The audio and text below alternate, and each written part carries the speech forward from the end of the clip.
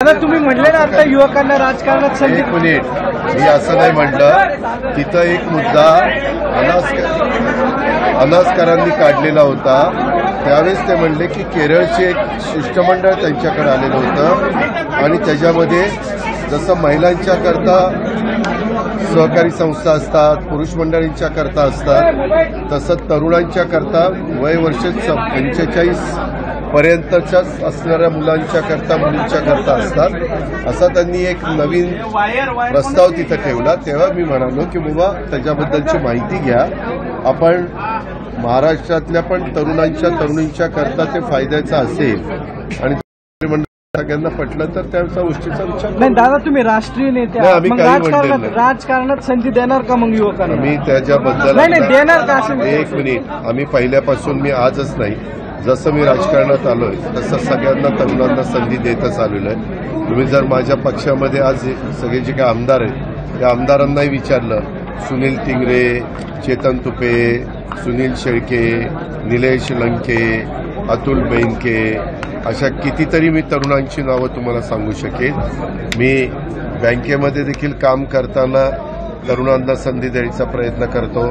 मी ज्यावेळेस कुठल्या पॅनल तयार करतो, साखर कारखान्याला असेल, दूध संघाला असेल, खरेदी विक्री संघाला असेल, तर त्याच्यामध्ये साधारण तरुण आणि वडीलधारी करण्याचा प्रयत्न करतो. रोहित पवारांना ईडीची नोटीस आली आहे. मला त्याच्याबद्दल काही माहिती नाही.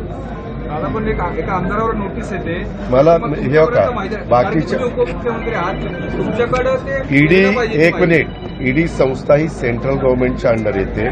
त्याच्यामुळं ईडीच्या नोटिसा कुणाला याव्यात. आता मागे मला पण इन्कम टॅक्सच्या नोटिसा आलेल्या होत्या. नोटीस ज्यांच्या काही संस्था असतात, म्हणजे ज्यांना जो अधिकार असतो तो अधिकार ते त्या ठिकाणी अधिकाराचा वापर करत असतात. काही तथ्य असेल तर अडचणीला सामोरं जावं लागतं, तथ्य नसेल तर काही त्याच्यामध्ये अडचणी येत नाही. दादा, पंतप्रधान नरेंद्र मोदी महाराष्ट्राच्या दौऱ्यावर होते. महाराष्ट्रात आले होते, महागावर बोलतील, कांद्यावर बोलतील अशी अपेक्षा होती. पण पेट्रोलचे डिझेलचे दर देखील 100ला गाठलेले आहेत. सर्वसामान्य माणूस महागाईतून अजून बाहेर आलेला नाही. तर तुमचं पंतप्रधान नरेंद्र मोदी तुम्ही बोलला त्या संदर्भात काही दिल्लीला कांद्याचे महागाई नियंत्रण करण्यासाठी विचार करीन. भाऊक झाले होते पंतप्रधान आज तुम्ही खरंच पत्रकार मित्र काही विचित्र प्रश्न विचारतात की आम्हाला त्याची उत्तरं पण द्यावीशी वाटत नाही आणि थांबावसे वाटत नाही. आता देशाचे पंतप्रधान उद्याच्याला तू तुझं लहानपण जर एखाद्या पत्र्याच्या घरात, साध्या घरात जर गेलेला असेल, तू महत्त्वाच्या पदावर पोचला आणि त्याच्यातनं 15-15 हजार लोकांना सुंदरपैकी 3 रूम्स, तो 300 स्क्वेअर फीटचं चावी हातामध्ये दिली आणि ते घर पण मी पण बघितलं, सॅम्पल फ्लॅट देवेंद्रजींनी सगळ्यांनीच आम्ही बघितलं. अतिशय उत्तम अशा प्रकारचा सॅम्पल फ्लॅट आम्हाला पाहायला मिळाला आणि तशाच प्रकारची घरं देतात. कदाचित त्यांना आठवलं असेल की त्यांच्या लहानपणी किंवा त्यांच्या तरुणपणी त्यांच्या घराची अवस्था काय होती आणि आता आपल्या पंतप्रधान पदाच्या काळात आपण सर्वसामान्य गोरगरिबांना किती चांगल्या प्रकारची घरं देतोय. त्याच्यातनं जुन्या काही गोष्टी त्यांच्या लक्षात येऊन ते भावनिक झाले असतील.